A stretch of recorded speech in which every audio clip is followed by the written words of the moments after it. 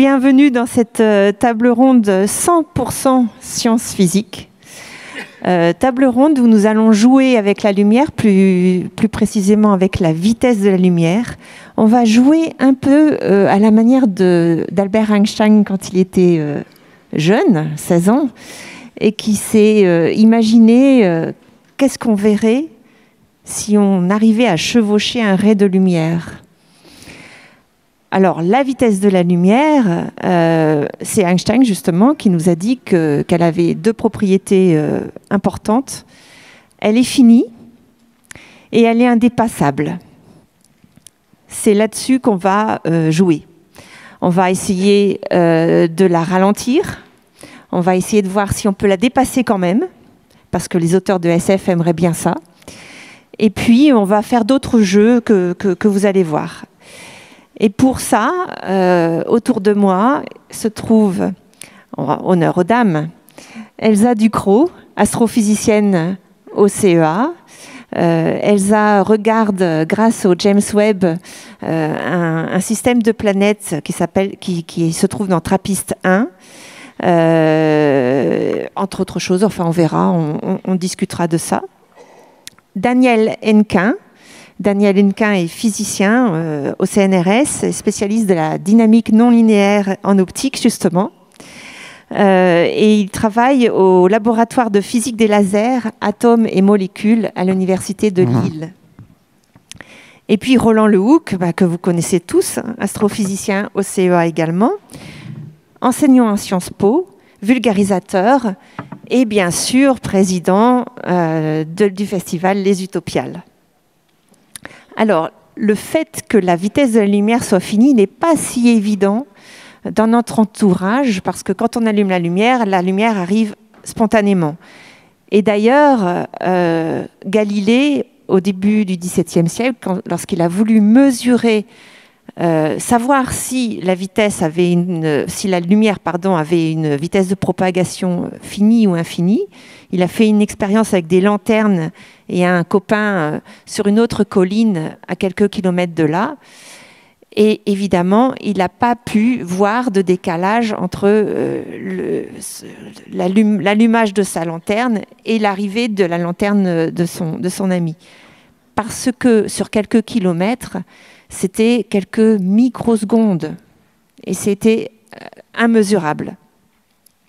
Par contre, là, ça commence à être intéressant, le fait que la vitesse de la lumière soit finie, ça veut dire que pour des distances importantes que l'on trouve dans l'espace, dès qu'on quitte la Terre, eh bien, on a un décalage entre l'émission de la lumière et notre réception de la lumière.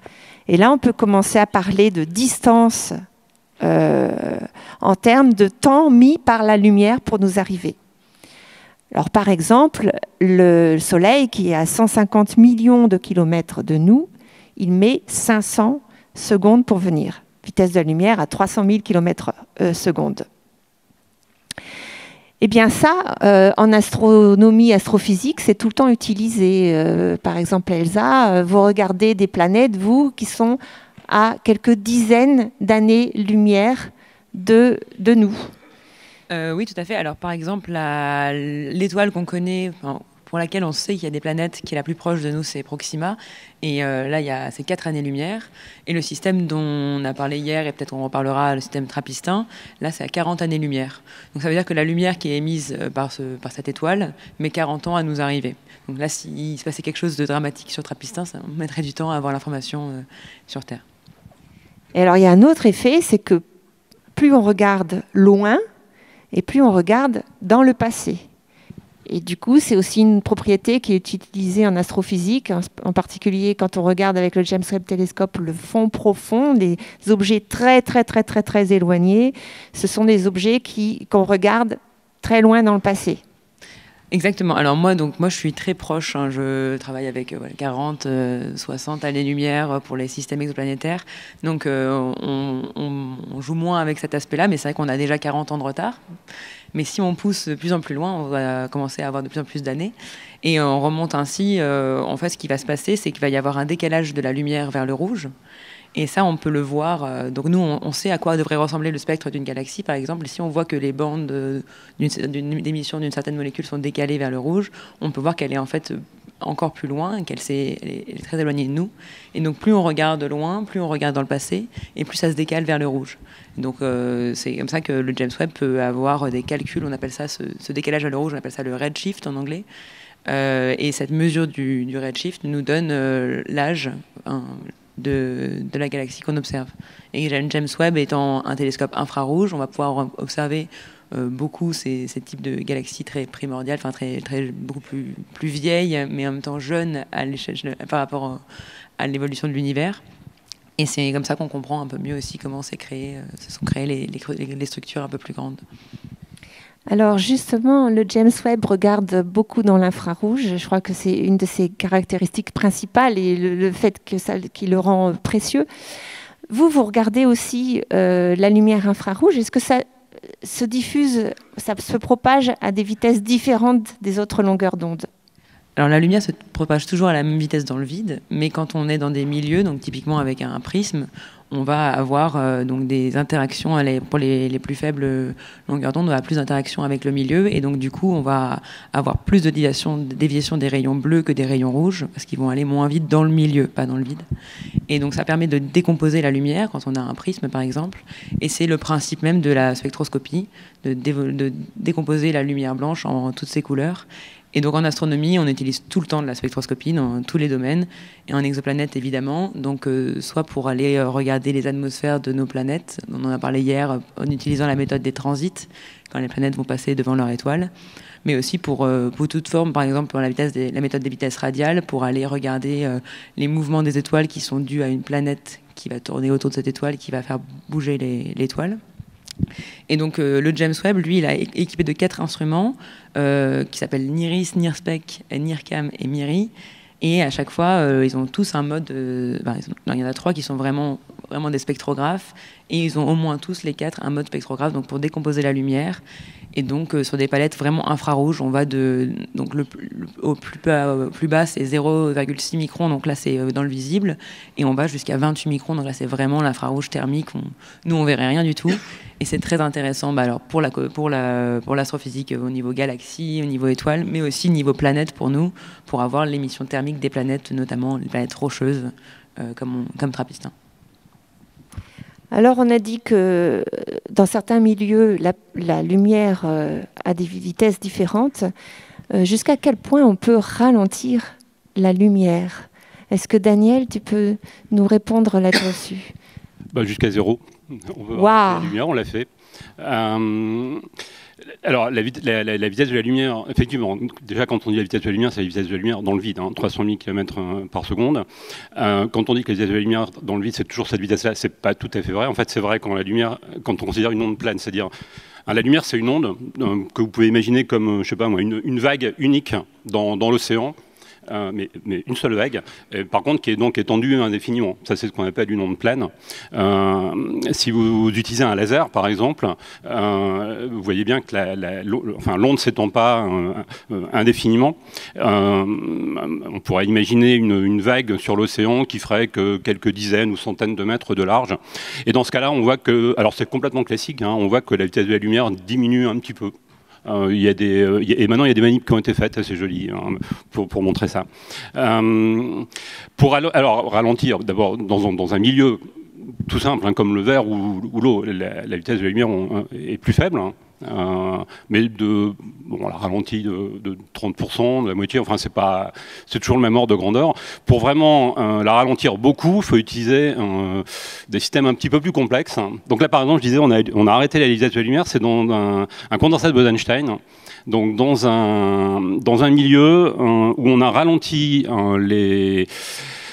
les atomes à des vitesses extrêmement faibles, ce qui leur donne des propriétés. Alors, je ne vais pas rentrer dans le détail parce qu'il faudrait rentrer dans le détail de la mécanique quantique en fait, de ces atomes, ce qui serait un peu long en fait.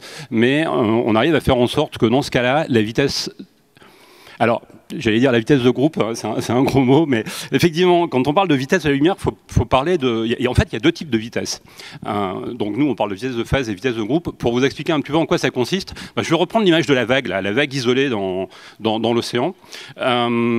Cette vague, en fait, elle est caractérisée par deux vitesses. La vitesse de propagation du début de l'impulsion, enfin de la vague, et puis la vitesse de propagation du sommet de la vague. Alors, la plupart du temps, c'est la même chose. Mais en fait, on peut faire en sorte de déformer cette vague, par exemple de la rendre plus étroite, et du coup, la vitesse de propagation du début de la vague, ça c'est toujours la même. Donc pour la lumière, c'est toujours la vitesse, enfin c'est pas toujours d'ailleurs, mais la plupart du temps c'est la vitesse de la lumière, c'est c dans le vide.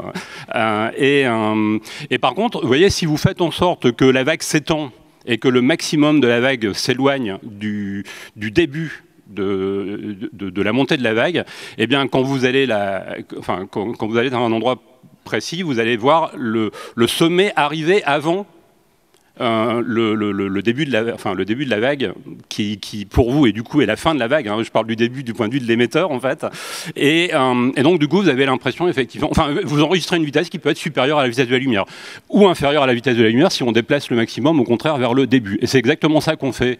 On utilise des pulses qu'on envoie donc dans des condensats de Bose-Einstein, et en faisant comme il faut les manips, hein, c'est pas des manips toutes simples à faire, eh bien on arrive à arrêter la vitesse, enfin arrêter la lumière. Arrêter la lumière, ça veut dire stocker littéralement la lumière dans un petit nuage d'atomes très froids. Quand je dis très froid, on est à quelques dizaines de nanokelvin, donc à quelques dizaines de millionièmes de degrés au-dessus du zéro absolu. Et on arrive là à l'arrêter, donc dans un truc qui fait, enfin un nuage, ça fait 1 millimètre, quoi, grosso modo, un nuage d'atomes froids. Et donc on arrive à l'arrêter là-dedans. Et en plus, on maîtrise complètement la vitesse. Donc on peut refaire démarrer la vitesse, la lumière quand on le veut. Et, donc on imagine les applications en termes de mémoire, par exemple. On peut stocker de l'information. Alors l'information, elle est stockée dans le pulse, hein, justement, dans la vague dont je parlais tout à l'heure. Et donc on peut comme ça stocker de l'information simplement en arrêtant la lumière et puis la récupérer quand on en a besoin un peu plus tard. Alors, ce que tu m'as raconté là, ça m'évoque plusieurs choses. Déjà, quand on ralentit des atomes pour faire des condensats de Bose-Einstein, et quand on parle du zéro absolu, le zéro absolu, c'est la température limite où tout serait immobile. On est d'accord là-dessus. Oui. Donc, quand tu es à quelques millièmes de Kelvin au-dessus du zéro absolu, c'est pas immobile, mais c'est vraiment très, très, très, très, très lent. Oui, alors tout est relatif, hein, on est encore à quelques centimètres par seconde. Il faut réaliser quand même que, donc effectivement, hein, température et vitesse, c'est lié. L'agitation thermique des molécules qui nous entourent, là, les molécules d'air, enfin les molécules d'azote, d'oxygène, là, elles se déplacent à 300 mètres par seconde. Hein. Donc c'est quand même très rapide, et donc on a de la marge quoi, pour ralentir. Donc effectivement, quand on arrive à quelques centimètres par seconde, on est au micro-Kelvin ou au nano-Kelvin, donc à un millionième ou à un milliardième. J'ai dit millionième d'ailleurs tout à l'heure, je crois que je me suis trompé, c'est milliardième, de quelques dizaines de milliardièmes. Le record en fait aujourd'hui, c'est quelques dizaines de pico-Kelvin, donc quelques dizaines de milliers de milliardièmes du zéro absolu, le zéro absolu étant, comme tu le disais, le moment où on a complètement figé les atomes, puisqu'on parle d'atomes, ils ne bougent plus du tout, quoi. D'accord, alors quand on a des atomes à cette température-là, ou dans cette agitation thermique très basse, ils sont dans un état particulier que tu appelles Bose-Einstein, qui est un état où ils sont tous dans un état d'énergie très bas, en fait. Alors, en réalité, pour ralentir la lumière ou l'arrêter, enfin, pour ralentir la lumière, on n'a pas besoin d'être dans un condensat de Bose-Einstein. On a déjà des propriétés quantiques intéressantes, même s'ils n'ont pas condensé. En fait, il arrive un moment... Donc un objet quantique, c'est caractérisé par le fait que c'est à la fois une particule et une onde. Mais à température ambiante, aux vitesses standards, on va dire, la longueur d'onde de l'onde associée, hein, c'est-à-dire la distance entre deux maximums, est très inférieure à la taille d'un atome. Du coup, l'atome est essentiellement une particule, on peut oublier son aspect ondulatoire. En refroidissant, une des conséquences de diminuer la vitesse, de refroidir, c'est justement d'augmenter cette longueur d'onde. Et en fait, on peut l'augmenter jusqu'à ce qu'elle soit supérieure à la distance moyenne entre deux atomes. Dans ce cas, les atomes deviennent, ils rentrent dans un nouvel état de la matière, le condensat de Bose-Einstein, donc qui avait été prédit par Bose et confirmé par Einstein dans les années 30, je dirais, mais je suis pas sûr en fait. Et on arrive dans une situation où les atomes peuvent plus être distingués les uns des autres, du point de vue particulier en tout cas. Voilà, ils forment. En gros, on a un objet quantique, un nouvel objet quantique formé de tous ces atomes qui sont effectivement tous exactement dans le même état quantique, mais en fait. C'est pas tout à fait correct de dire les choses comme ça. En fait, on a un état quantique global qui est donc le condensat de Bose-Einstein. Et cet état quantique permet de faire avec des millions d'atomes, puisqu'on arrive à mettre des millions d'atomes dans un condensat de Bose-Einstein, ce qu'on pourrait faire par ailleurs avec un seul atome, ce qui nécessiterait par ailleurs de travailler avec un seul atome si on n'était pas dans cet état-là. Et du coup, c'est plus confortable de travailler avec un million d'atomes qu'avec un atome, quoi. Voilà. Et dans ce milieu particulier, donc là, on arrive à ralentir la lumière au point voilà. Dans le condensat, c'est dans des condensats qu'on l'a arrêté carrément. Voilà. Ouais. D'accord. Et ça dure combien de temps, cet état où la lumière est immobile? Alors un condensat de Bose-Einstein, on arrive à le maintenir, c'est toujours le problème avec les objets quantiques, mais on arrive quand même à le maintenir pendant pas mal de temps. Et on a arrêté la lumière sur un temps qui est macroscopique, à des secondes. Je crois qu'on est au-dessus de la minute même. Donc c'est quelque chose qu'on sait faire. Le tout, c'est de réussir à maintenir la nature quantique de l'objet pendant tout ce temps, finalement. Donc c'est en ça que ça pourrait servir de stockage d'informations. Oui, surtout qu'on n'a pas besoin de ces temps-là pour stocker l'information. On peut travailler sur des les mémoires vives qu'on utilise aujourd'hui, ça conserve l'information, même pas une microseconde, quoi. C'est vraiment très court. Et alors, tu as parlé aussi dans ton explication d'un moment où la vitesse de ton pulse, de ton maximum de pulse le maximum de pulse peut arriver avant la vitesse, avant le bout du pulse. Donc c'est de la lumière qui va plus vite que la lumière? C'est de la lumière qui va plus vite que la lumière, oui. C'est de la lumière qui va plus vite que la lumière. Alors, il ne faut pas trop se réjouir, parce que, donc effectivement, ce qu'on appelle donc, cette vitesse de groupe, donc cette vitesse de propagation du maximum de pulse, on considère en général que c'est dans cette vitesse-là, que c'est la vitesse de propagation de l'énergie, en fait, de l'information. Mais justement, dans ce cas-là, c'est pas le cas. On est obligé de déformer fortement le pulse, en fait, pour pouvoir arriver à cette situation. Et du coup, quelque part, l'information est perdue, quoi. On ne peut pas mettre d'information dedans pour vraiment... Alors, je rappelle quand même, c'est vrai qu'on parle toujours de la vitesse de la lumière dans le vide. En fait, c'est une constante universelle qui n'est pas spécialement la vitesse de la lumière dans le vide. C'est une constante universelle. Le fait que la lumière aille à cette vitesse-là dans le vide, c'est juste le fait que les photons ont une masse nulle et que toute particule qui aura une masse nulle, il va aller à cette vitesse-là dans le vide, en fait. Donc, je ne sais plus pourquoi je dis ça, j'ai oublié, j'ai perdu le fil.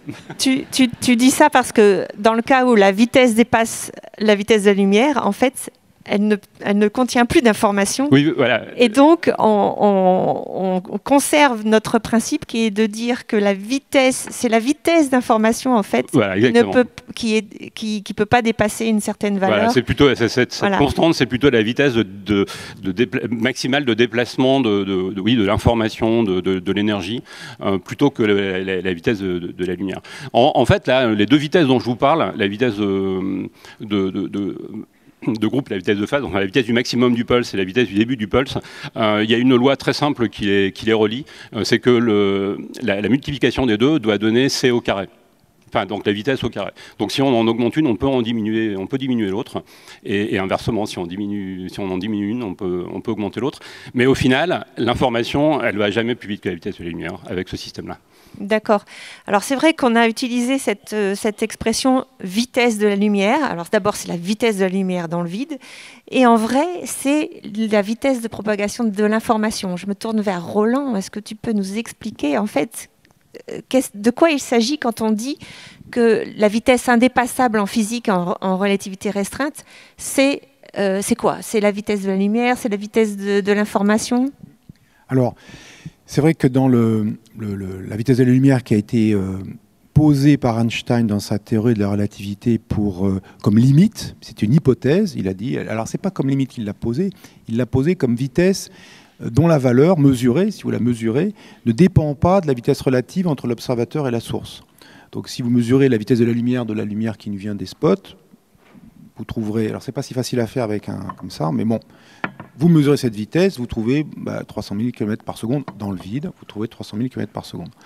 Si maintenant vous ou le spot se déplace, vous vous déplacez par rapport au spot, il y a un mouvement relatif entre vous et le spot, vous mesurez la vitesse de la lumière émise par le même spot mais qui est en mouvement relatif par rapport à vous, vous remesurez, vous trouvez à nouveau 300 000 km par seconde. Ça, c'est tout à fait curieux, puisque c'est comme hypothèse, enfin, quand Einstein fait cette hypothèse, elle est un peu scandaleuse, parce que dans la physique galiléenne habituelle, si une voiture se déplace à 100 km par heure par rapport au bord de la route, et qu'elle croise une autre voiture qui se déplace à 50 km par heure, eh bien, une voiture par rapport à l'autre va se déplacer à 100 plus 50, 150 km par heure. On additionne, entre guillemets, les vitesses, on compose les vitesses pour trouver la vitesse résultante, la vitesse relative d'un corps par rapport à l'autre. Dans le cas de la lumière, on ne compose pas. Alors ça, cette expérience a été vérifiée de façon très précoce, en fait, dès les années 1880 quelque chose, fin du 19e siècle, l'expérience dite de Michelson et Morley, où en fait, ils se sont plu à essayer de composer la vitesse de la lumière avec la vitesse de la Terre qui tourne autour du Soleil à 30 km par seconde. Alors on peut mesurer, c'est pas exactement ce qu'ils ont fait, mais c'est ça l'idée, la lumière qui va dans le même sens que la Terre autour du Soleil, et la lumière qui va dans le sens opposé de la Terre par rapport au Soleil. On n'a pas trouvé, ils n'ont pas trouvé, disons, ils n'ont pas fait comme ça exactement, mais ils n'ont pas trouvé 300 000 et 30 km par seconde et 300 000 moins 30 km par seconde. Ils ont trouvé 300 000 km par seconde tout le temps. Donc l'idée est que la vitesse de la lumière se compose avec toutes les vitesses pour redonner la vitesse de la lumière. Alors dans le vide, j'enlève le mot dans le vide maintenant, mais il faut toujours imaginer dans le vide. Donc Einstein fait de cette hypothèse-là la base de sa relativité restreinte.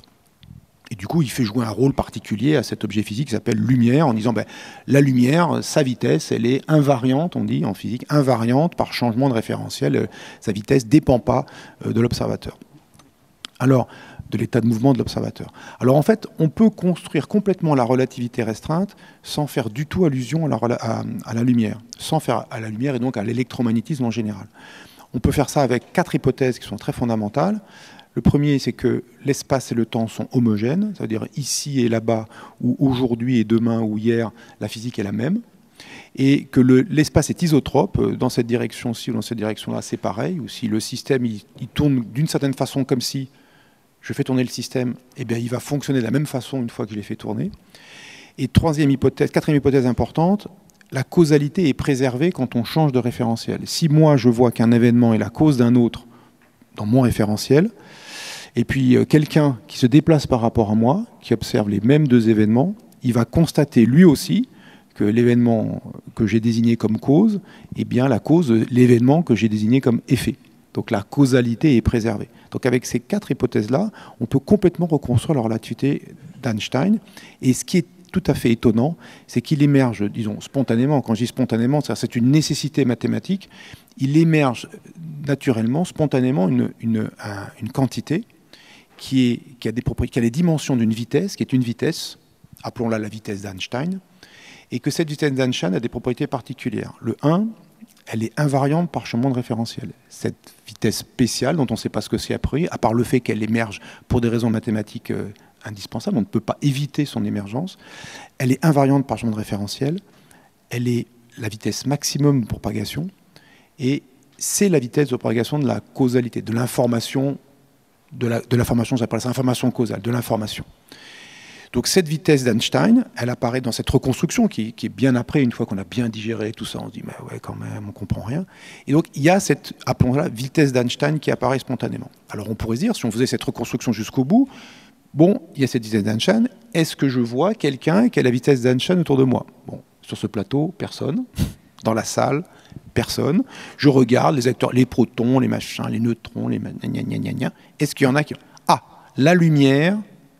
elle a des propriétés, sa vitesse, qui est une propriété intrinsèque de l'objet lumière, comme la vitesse du son est une propriété du son, des ondes mécaniques de compression, et qui dépend de plein de choses. La vitesse de la lumière, elle dépend du milieu, évidemment, mais la lumière a une propriété dans le vide, sa vitesse intrinsèque, elle est connue, on le sait la mesurer depuis longtemps. Il se trouve que cette vitesse a les propriétés de la vitesse d'Einstein. Donc la reconstruction, disons, dans le bon sens, c'est pas faire injure à Einstein qu'il a fait, hein, je veux dire, c'est un boss, hein, faut reconnaître. Mais on peut faire différemment et mieux, disons, une fois qu'on a digéré, parce qu'il a fallu construire ces théories de la relativité, de la physique quantique, c'est pareil, en tenant compte du passé, et donc une sorte de, il y a des méandres, il y a des trucs qui accrochent et on comprend pas tout du premier coup.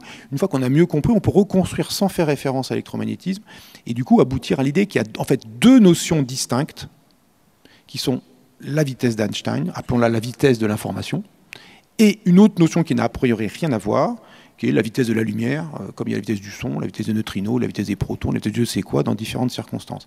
C'est un peu la même chose que pour la masse, où on a longtemps pensé que la masse, c'est évident, la masse c'est évident. Après on s'est comme dit, ouais, on va réfléchir un peu. Alors Newton a défini la masse comme la quantité de matière, donc ça ressemblait un peu à l'évidence. Mais en fait, dans sa mécanique, Newton avait distingué deux choses. La masse inertielle, la résistance à changer de mouvement quand on vous exerce une force. Donc ça correspond à l'inertie. Une armoire normande, c'est plus difficile à déplacer qu'un verre d'eau. C'est l'inertie du corps et c'est quantifié par un truc qui s'appelle sa masse inertielle. Et de l'autre côté, sa masse gravitationnelle, qui est la façon dont ce corps produit un champ gravitationnel ou se couple à un champ gravitationnel. La façon dont, plongé dans un champ gravitationnel, il réagit à ce champ, quelle force il va subir. Il se trouve que ces deux masses conceptuellement, n'ont rien à voir. L'inertie d'une part et ce qu'on pourrait appeler finalement la charge gravitationnelle d'autre part, l'équivalent de la charge électrique pour la gravitation, ces deux notions qui n'ont rien à voir, il se trouve que expérimentalement, elles sont égales, avec une précision fantastique que le satellite français Microscope a montré égale à 10 puissance moins 15 près, à 1 millionième de milliardième près, il y a en 2022. Enfin, les derniers résultats dataient de 2022, les premiers de 2015. Bref, deux concepts complètement différents qui sont identiques. Donc il faut avoir en tête qu'il y a deux concepts complètement différents. La vitesse de propagation de l'information, qui émerge spontanément de la théorie d'Einstein, construite avec des hypothèses très minimales, dont une très importante, la préservation de la causalité par chemin de référentiel. Et de l'autre côté, un truc qui est la lumière, qui a une vitesse. Il se trouve que la lumière, la vitesse de la lumière a les propriétés de la constante d'Einstein et donc de la vitesse d'Einstein. Donc il est assez tentant de dire la lumière, la vitesse d'Einstein, c'est la vitesse de la lumière. Mais il fut un temps qui est révolu maintenant, mais il y a quelques années, on avait dit il y a des neutrinos qui vont plus vite que la lumière. Bon, après, c'était pas du tout une fake news, c'était des scientifiques très sérieux qui sont tombés comme une poule qui trouve un couteau, ils tombent devant ce truc-là, ils disent qu'est-ce que c'est que ce bazar. Et finalement, on a trouvé que c'était un problème dans l'expérience. Mais ils ont c'était même, on ne va pas en parler là, mais c'était même une magistrale démonstration du processus intellectuel de c'est quoi faire de la recherche scientifique, y compris dire des trucs, on n'y croit pas trop, mais quand même, enfin, on n'arrive pas à s'en sortir. Alors, qu'est-ce que vous en pensez de le soumettre au père? Bon, ça, c'était un point, disons, épistémologique, mais de l'autre côté, plein de gens se sont dit « Ah, mais on voit plus que la lumière, Einstein a tort ». Ben non. Si on trouve une entité qui n'est pas la lumière et dont la vitesse, avec une meilleure précision que la lumière, a les propriétés de la vitesse d'Einstein, et ben la vitesse d'Einstein sera la vitesse du truc en question. Il se trouve qu'on n'en a pas trouvé. Et ça aurait été les neutrinos, admettons, que les neutrinos vont plus vite que la vitesse du conduit. Ben, c'était la vitesse, ça s'appelle la vitesse neutrinique et basta. Ça ne mettait absolument pas en cause la théorie d'Einstein de la relativité restreinte. Ça changeait l'entité physique dont la vitesse avait les propriétés de la vitesse d'Einstein, de la constante d'Einstein. Voilà. Donc c'est ce point-là qui est important. Une fois qu'on a fait ça, du coup, une fois qu'on a bien distingué ça, on voit qu'en disant vitesse de la lumière dans le vide, on parle de deux choses et il faut bien distinguer les choses dont on parle. Et c'est ça qui est source de confusion souvent, c'est qu'on n'a pas pensé que mentalement il y avait deux entités à distinguer qui se trouvent être identiques, mais ça c'est la constatation expérimentale. Alors, la vitesse de la lumière dans le vide est égale à la vitesse de propagation de l'information, la vitesse d'Einstein. Est-ce qu'il y a d'autres entités physiques qui se propagent, se déplacent à cette vitesse d'Einstein, à cette vitesse de propagation de l'information, le petit c? Voilà, donc on peut montrer que tous les objets dont la masse est nulle se propagent et ils n'ont pas le choix à la vitesse d'Einstein. Il n'y a pas d'autre solution. Ils ne peuvent pas aller plus vite, je parle dans le vide, parce que bien sûr, on peut bricoler et faire des plans, mais on ne peut pas, quand on a une masse nulle, avoir autre chose que la vitesse d'Einstein. Et quand on n'a pas une masse nulle, donc vous et moi, on ne peut pas faire autrement qu'aller plus lentement, éventuellement aussi proche que l'on veut, sans jamais strictement l'atteindre, que la vitesse d'Einstein, vitesse de la lumière dans le vide. Voilà. Donc nous, on peut faire des efforts, ça va coûter cher en énergie, mais on n'atteindra pas strictement la vitesse de la lumière, même si on peut s'en approcher infiniment proche. Elle, de ce point de vue-là, on appelle ça une asymptote, elle joue le rôle d'un infini. C'est l'infini, on peut toujours tendre vers sans jamais l'atteindre. Donc cette vitesse d'Einstein, c'est on peut s'en approcher infiniment près sans jamais l'atteindre. C'est d'ailleurs le vrai du zéro absolu, enfin de la température dont on parle de référence, des températures très basses, on parlait Daniel, qui est une température vers laquelle on peut tendre sans jamais l'atteindre strictement. Alors, on a vu tout à l'heure qu'on pouvait ralentir la lumière dans des milieux matériels. Et du coup, est-ce qu'on peut dépasser la vitesse de la lumière dans un milieu matériel? Et qu'est-ce que ça donne comme effet physique? Alors oui, la réponse est oui. Alors, quand on est dans un milieu, la vitesse est ralentie. Par exemple, dans l'eau, tout à l'heure, Daniel disait, elle est ralentie d'à peu près 30%. Donc, elle fait 200 000 km par seconde dans l'eau, la lumière. C'est quand même pas mal. Et il est possible de faire déplacer des particules dans l'eau plus vite que la lumière dans l'eau. Et alors là, il se passe un truc tout à fait amusant, étonnant, qui s'appelle l'effet Cherenkov. L'idée d'une sorte comme une sorte de cône de Mach, enfin pas de cône de Mach, mais de dépasser la vitesse du son dans l'air. Je vais plus vite que le machin qui normalement propage l'information. Je vais plus vite que ce truc dans le milieu, dans l'eau, dans d'autres milieux transparents. Et donc là, il se passe une émission de lumière sous forme d'un cône qui n'est pas sans rapport avec le cône de Mach, hein, le fait qu'il y a un cône de nos chocs qui se propage quand l'avion va plus vite et qui prend naissance à la pointe de l'avion et qui, quand l'avion se propage plus vite que la vitesse de la lumière, la vitesse du son, dans l'air à température. Et donc là, quand on fait ça dans un milieu, il se produit ce petit cône lumineux donc qu'on sait parfaitement calculé, qu'on sait parfaitement observé, qui est bleuté. Alors, on le voit à l'œil, ça peut se voir. Alors, c'est pas dans une situation habituelle, mais il y a des vidéos, vous verrez sur YouTube, vous trouverez ça. Quand une particule se déplace plus vite dans l'eau, ça se passe quand? Il faut une particule qui a assez d'énergie et qui soit produite dans un truc qui est mis dans l'eau et que ça soit éclairé, enfin qu'on y voit quelque chose. Bah, en même temps, même si on éteint la lumière, on va voir le bleu de la particule. Et bien cet effet de Cherenkov, on l'observe dans les réacteurs piscines, les réacteurs nucléaires qu'on appelle piscines. Donc un réacteur qui fait 10 mètres de profondeur, enfin la piscine fait 10 mètres de profondeur. Au fond, il y a un réacteur, généralement un réacteur d'études. C'était le cas du réacteur Osiris qui avait à Saclay, qui a fermé, qui va être remplacé par le réacteur Jules Horowitz dans le sud de la France. Et le réacteur, il est au fond, on le voit. La matière nucléaire, elle est là, sous 10 mètres d'eau, dont l'épaisseur nous protège des rayonnements émis par la matière nucléaire. Dans un réacteur nucléaire habituel, tout ça est fermé, les coques d'acier, les coques de béton, l'enceinte extérieure, enfin, il y a des protections d'une autre nature. Mais là, vous regardez, c'est en bas, vous le voyez. Dans les réactions qui se déroulent dans le réacteur, il y a des particules de haute énergie qui sont émises, et dont certaines ont suffisamment d'énergie pour aller plus vite que la lumière dans l'eau. Et ça donne au réacteur une couleur bleutée spectaculaire. C'est incroyablement beau. Enfin, c'est une lumière bleue, très pure. C'est incroyable. Et tu as peut-être eu, toi, Daniel ou Elsa, peut-être la chance de voir ça. C'est absolument incroyable de le voir en vrai. Et vous trouverez sur Internet, il y a des vidéos où vous verrez cet effet de Cherenkov dans les réacteurs nucléaires. Alors, là où ça devient intéressant, c'est pas tellement pour rendre joli le truc, évidemment, le but n'est pas ça, c'est une conséquence et puis on se débrouille avec. Mais si maintenant vous voulez détecter une particule dans un milieu, et que cette particule, il se trouve que par son énergie, elle va plus vite que la lumière dans le milieu. Alors vous faites le noir dans le milieu, vous mettez des tas d'œils photoélectriques qu'on appelle des photodétecteurs, et qui regardent le milieu tout noir. Il n'y a pas un pet de lumière, c'est tout fermé. Et s'il y a un bousin qui passe plus vite que la lumière dans l'eau, dans ce milieu-là, dans ce réservoir, vous voyez les très petites quantités de photons bleuâtres qui sont émis, vous les détectez. Vous reconstruisez la trajectoire de ces photons, la trajectoire de la particule et l'énergie de la particule. C'est tout le principe de fonctionnement des détecteurs de neutrinos qui s'appellent Kamiokande, même maintenant super et même en construction, enfin en amélioration hyper Kamiokande. Il y a même Ice Cube aussi. Et il y a Ice Cube aussi, exactement. Je laisserai Elsa avancer sur Ice Cube. Ouais, non, je pense que tu connais mieux que moi. Ice Cube aussi. Alors, dans Kamiokande, c'est de l'eau. C'est alors dans super Kamiokande, alors hyper Kamiokande, c'est encore plus grand, mais 50 000 tonnes d'eau. Dans un immense réservoir, 12 000 détecteurs photoélectriques qui regardent l'eau. Et puis quand il y a un neutrino qui passe et qui dépasse la vitesse de la lumière dans l'eau, en fait, ce n'est pas le neutrino lui-même. Il va interagir avec un électron. Il va taper dans l'électron d'un atome de l'eau. L'électron va être éjecté plus vite que la lumière. Et c'est lui qu'on va, plus que la lumière dans l'eau. Et c'est lui dont on va voir l'effet de Cherenkov. Et on va voir ça et on détecte comme ça des neutrinos. Dans Ice Cube, pareil, sauf que vous avez compris, c'est dans un cube de glace. Alors c'est pas un glaçon à la con, c'est un glaçon qui fait 1 kilomètre de côté. C'est 1 kilomètre cube de glace. Donc vous imaginez 1 kilomètre cube de glace en Antarctique. On fore des puits, on descend des détecteurs le long du kilomètre pour regarder dans la glace très claire, très transparente, enfin très assez transparente, beaucoup plus belle que la glace habituelle blanchâtre qu'on voit. D'ailleurs, il y a des astuces pour faire des cristaux transparents. C'est une autre conférence. Pour faire des beaux cristaux, pas des cristaux moisis, là où c'est tout blanc, là, c'est pas des beaux cristaux. Bon, il y a des astuces. Et donc, du coup, on peut détecter des particules grâce à l'effet de Cherenkov. Et dernier point, au risque de me... Après, je vais faire ma gueule.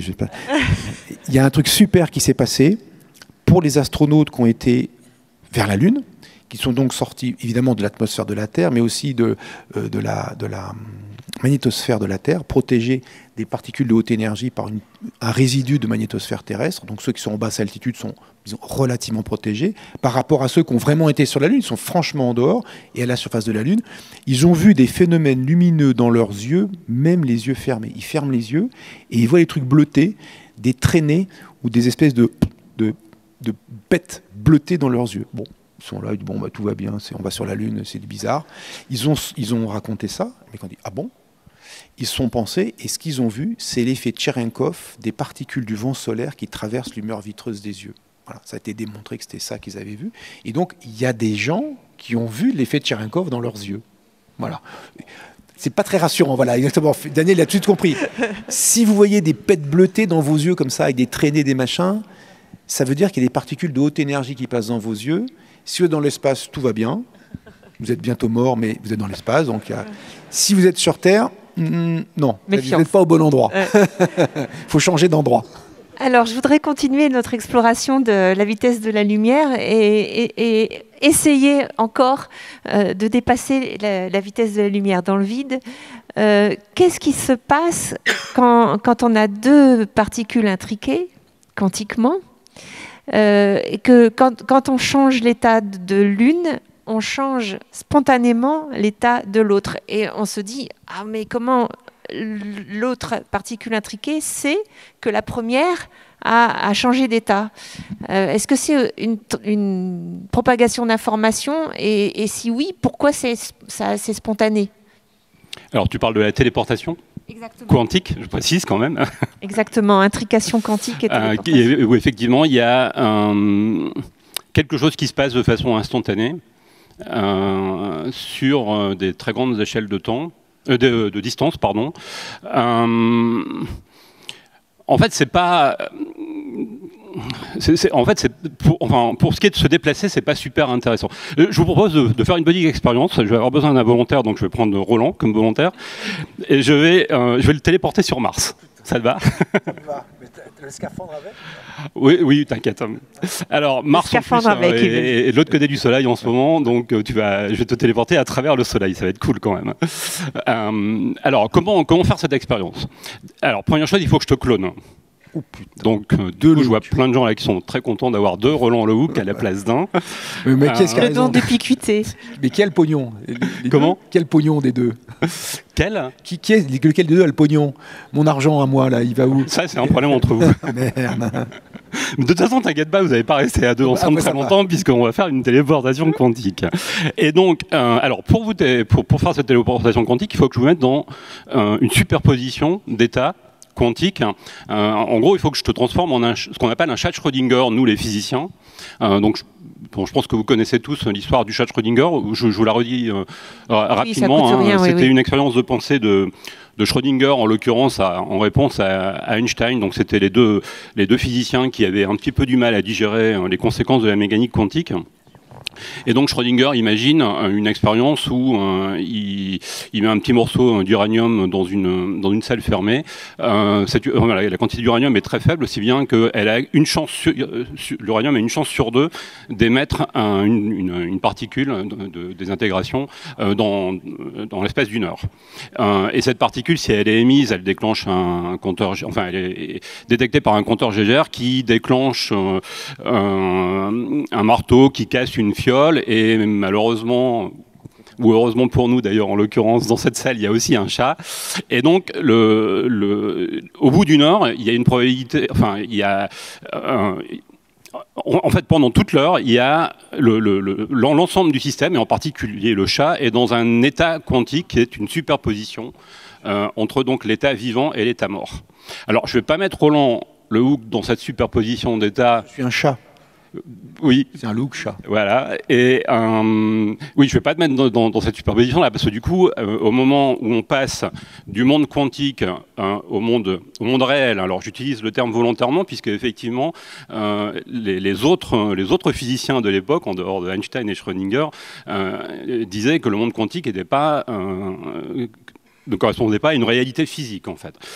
Donc, au moment où on passe du monde quantique au monde réel, c'est-à-dire au moment où on fait la mesure, on a une chance sur deux quand même de retrouver le chat mort et une chance sur deux de retrouver le chat vivant. Et comme on tient à Roland, on va faire quelque chose d'un tout petit peu plus subtil.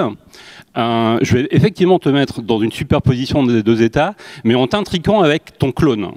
Si bien que, en fait, je fais en sorte que si l'un des deux effectivement meurt, l'autre vit forcément. D'accord ?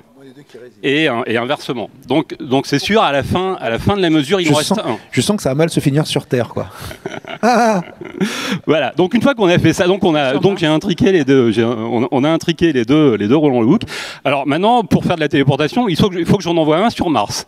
Et c'est là que ça se corse. Parce que ça va pas être instantané du tout. Hein.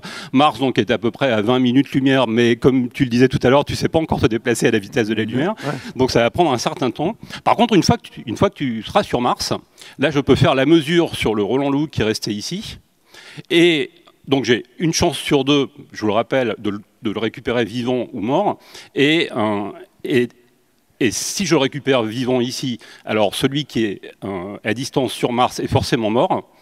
Et si au contraire il est mort ici, eh ben la téléportation a réussi. Donc en plus, l'expérience ne réussit qu'une fois sur deux. Hein, on est d'accord. Une fois sur deux, ça et après je suis coincé sur Mars parce que du coup j'ai plus de clones. Oui, si tu trouves pas quelqu'un pour refaire la manip là-bas. Et donc je suis mort sur Terre et potentiellement mort sur Mars. Il faut que tu me clones avec mon scaphandre, tout le bordel. Sinon je suis mort sur Mars aussi. Bon, vous avez compris que c'est pas très intéressant pour se déplacer et pour déplacer de l'information, pour déplacer de l'énergie, puisque en fait le déplacement, le vrai déplacement, il se fait avec des vitesses tout à fait classiques. Là, en l'occurrence, on aurait eu exactement le même résultat en prenant Roland, en le mettant dans un scaphandre, dans une fusée, en l'envoyant sur Mars, on aurait eu exactement le même résultat. Donc la téléportation quantique, en termes de déplacement d'énergie, en termes d'envoi d'informations, finalement, c'est pas très très utile. Par contre, c'est extrêmement utile quand il s'agit de sécuriser les communications. Puisque là, en fait, à partir du moment où une mesure a été faite, on le sait instantanément sur l'autre partie du... En fait, ce que j'ai pas précisé, enfin, tout à l'heure, tu parlais d'un photon et d'un deuxième photon et comment l'information se transmet instantanément. Enfin, pas l'information, justement, l'état se transmet instantanément. En fait, le raisonnement est pas bon. On n'a qu'un seul objet quantique qui est constitué des deux photons en question. Donc ça, c'est des manips qu'on a fait. De la téléportation de photons, aujourd'hui, on en a fait sur des distances de plus de 1000 km. On en a fait entre la Terre... On a porter des photons depuis la Terre sur un satellite. Donc ça, c'est des choses qu'on sait faire. Mais... et donc effectivement, quand on fait de la communique, enfin quand on communique, quand on envoie des informations, si le photon voyageur en quelque sorte est intercepté, on le sait instantanément sur Terre. Et donc si ce photon voyageur porte de l'information, bah, on sait que cette information a été piratée, quoi. Donc pour sécuriser des transferts d'informations, ça marche bien. Par contre, pour effectivement envoyer de l'énergie ou quelque chose à une vitesse supérieure à la vitesse de la lumière, en fait, ça ne marche pas. Donc en réalité, on ne transmet pas d'informations entre les deux photons intriqués. L'information était déjà présente dans la préparation de l'intrication. Exactement. L'information, elle est... alors, il y a une partie de l'information qui est présente, qui est dans l'objet global, qui est donc constitué de deux photons ou de deux Roland.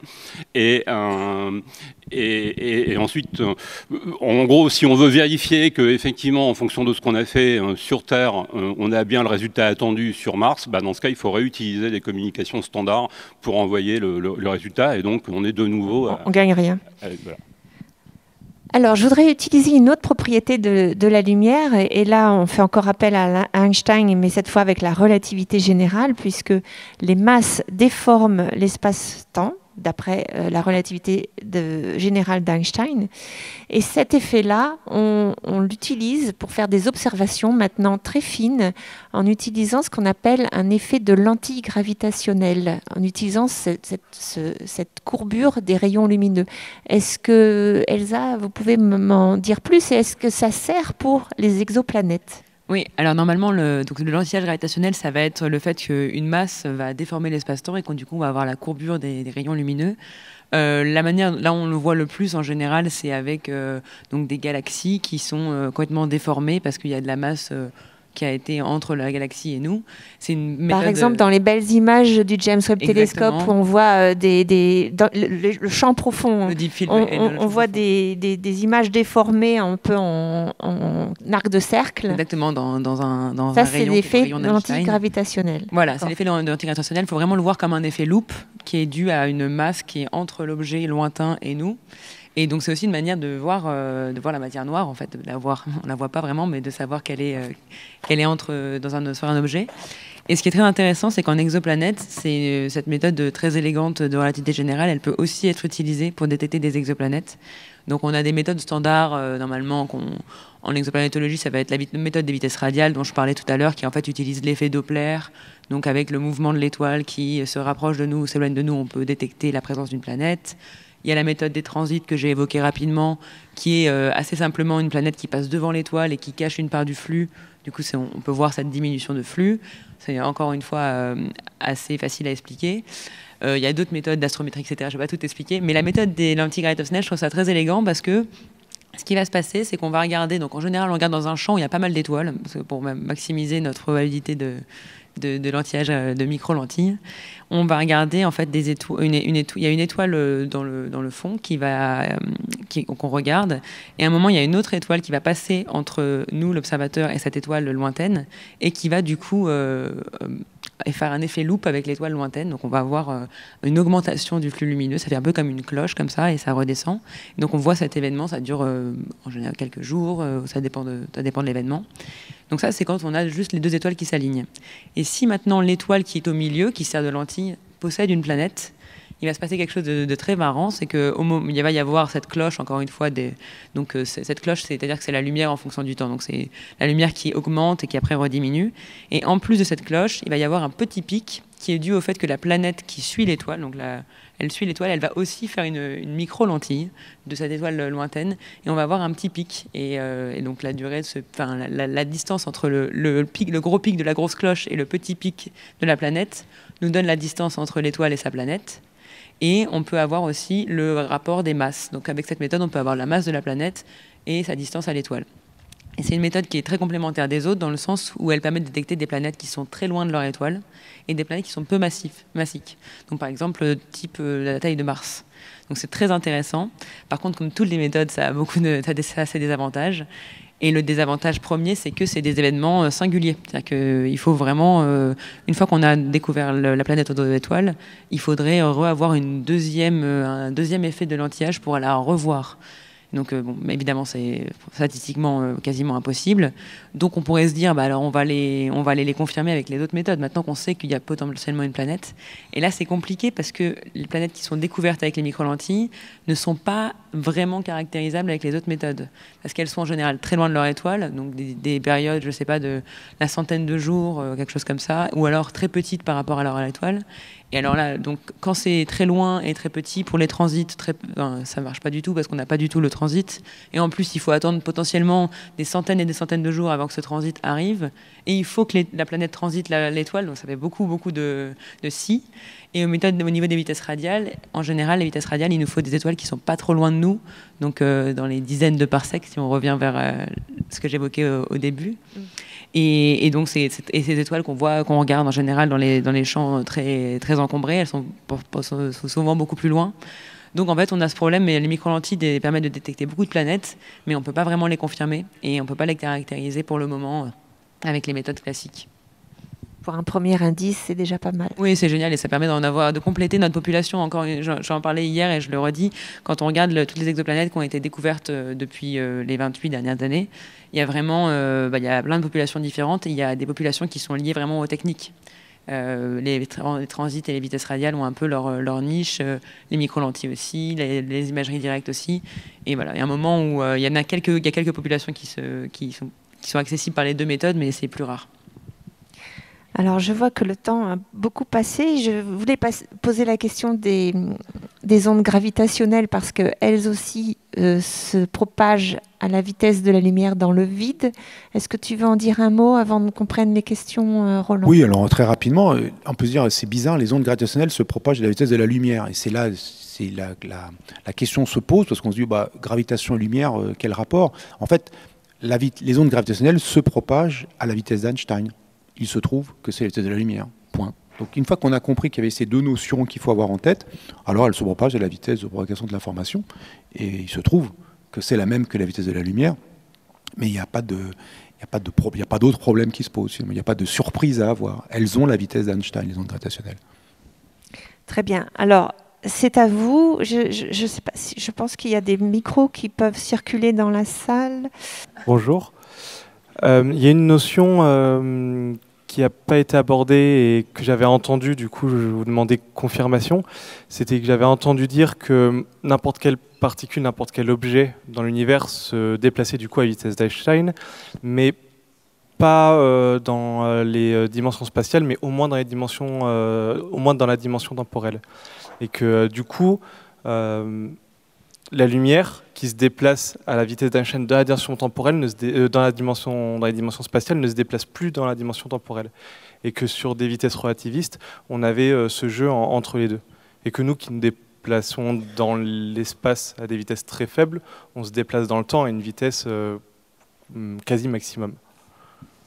Alors, je comprends maintenant ce que vous voulez dire. Je vais essayer de le reformuler. Vous verrez si ça vous convient. Enfin, ça vous convient. Si la réponse vous convient et si ça colle bien à ce que vous disiez.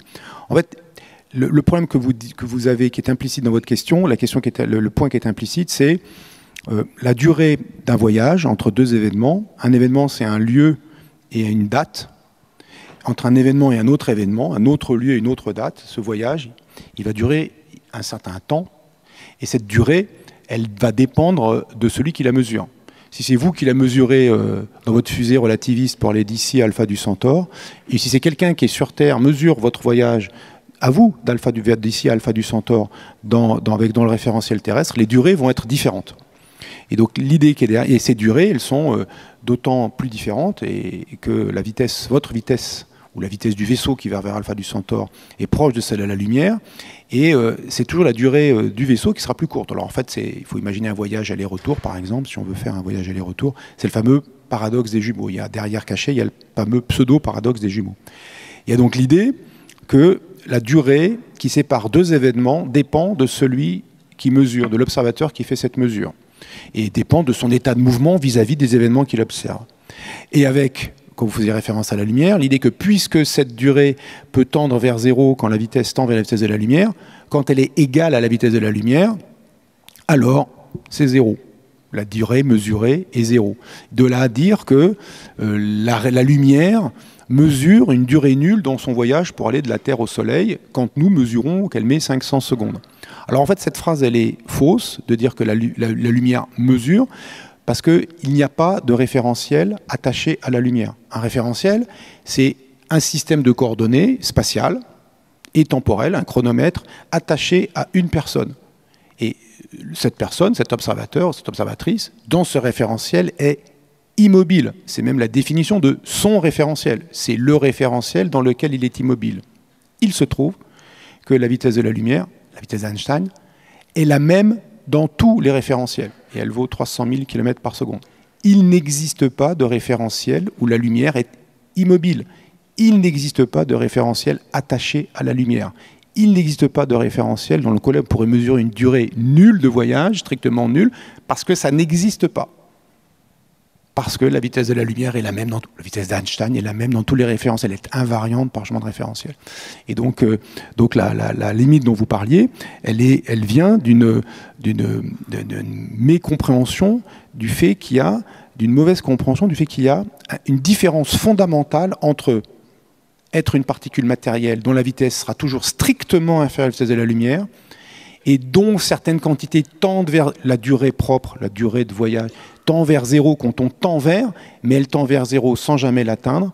Et si on a la vitesse de la lumière, il n'y a aucun référentiel, vous êtes à l'arrêt, il n'y a pas de référentiel attaché à la lumière. Et donc tout ce qu'on dit sur les référentiels matériels de matière comme nous, on ne peut plus le dire sur la lumière. Donc il y a un saut qui se fait, c'est comme si vous parliez de l'infini comme une quantité réelle et pas comme une quantité, comme disait Aristote, en puissance, quelque chose vers lequel on peut tendre sans jamais l'atteindre. La vitesse de la lumière, elle est, entre guillemets, propriété de l'infini. On peut tendre vers sans jamais l'atteindre. Et si on y est pile, alors on a les propriétés de cette situation spéciale qui est j'ai la vitesse de la lumière, et donc je n'ai pas de référentiel attaché, etc. Donc les notions de temporalité pour la lumière ne sont pas pertinentes. Voilà. Pour la lumière ou pour un objet hypothétique qui aurait exactement cette vitesse.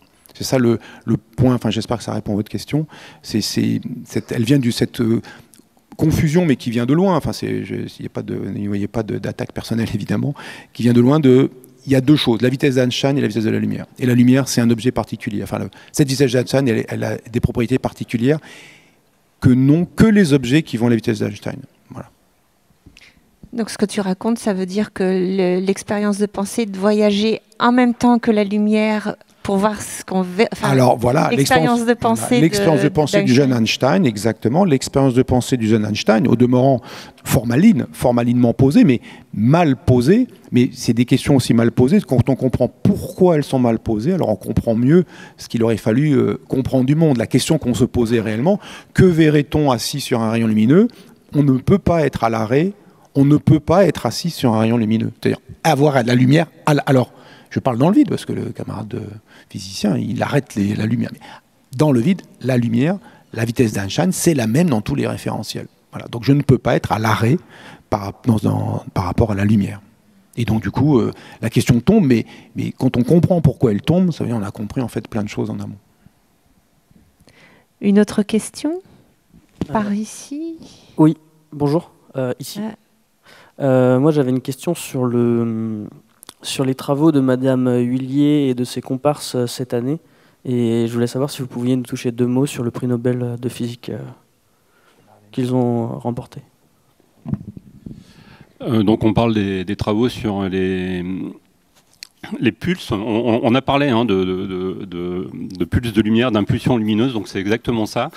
Sauf que... pour le prix Nobel de cette année, il s'agit de pulses extrêmement courts, hein, puisqu'ils sont d'une durée de 1 attoseconde. Alors l'attoseconde, c'est 10-18, c'est-à-dire 1 milliardième de milliardième de seconde. Hein. C'est vraiment très très très très court. Alors, je ne vais pas rentrer dans les détails de la façon dont on fait ça, c'est pas simple. Hein. D'ailleurs, si ça vaut un prix Nobel en 2023, c'est que c'est pas simple. Par contre, c'est super intéressant. Si on raisonne, alors, vous savez que quand on descend de plus en plus bas dans la matière, c'est compliqué de raisonner parce qu'on entre dans le monde quantique, on a envie de continuer à raisonner de façon classique et c'est toujours un peu délicat de mélanger les deux parce que c'est comme ça qu'on arrive à des paradoxes qui sont pas qui sont pas réels en fait. Mais si j'utilise ce raisonnement-là, et si on imagine la vitesse à laquelle un électron tourne autour d'un atome, on est à quelques dizaines justement d'attosecondes. Donc ça veut dire que alors un pulse de lumière, on est d'accord, c'est un flash. Hein. Quand vous voulez regarder quand vous voulez enregistrer le mouvement même d'un coureur par exemple, vous faites plusieurs photos ou alors vous mettez dans le noir et vous envoyez plusieurs flashs et vous avez plusieurs images qui décomposent le mouvement sur la même sur la même image, quoi. Plusieurs, je sais pas comment dire, du coup, plusieurs images sur la même image. Quand vous descendez, quand vous descendez en temps, c'est la seule solution, c'est de travailler avec des flashs de lumière. Et là, c'est exactement ça. On a des flashs de lumière de 1 attoseconde, et donc ça permet littéralement d'aller voir ce qui se passe au niveau des mouvements électroniques, donc au niveau du mouvement, voilà, au mouvement de on voit un atome, on voit le mouvement d'un atome, on voit le mouvement des électrons autour d'un atome, et ça c'est un truc de fou, quoi. C'est du cinéma ultra ralenti, voilà, exactement. ultra ralenti. Eh bien, c'est notre mot de la fin. Merci beaucoup et à très bientôt.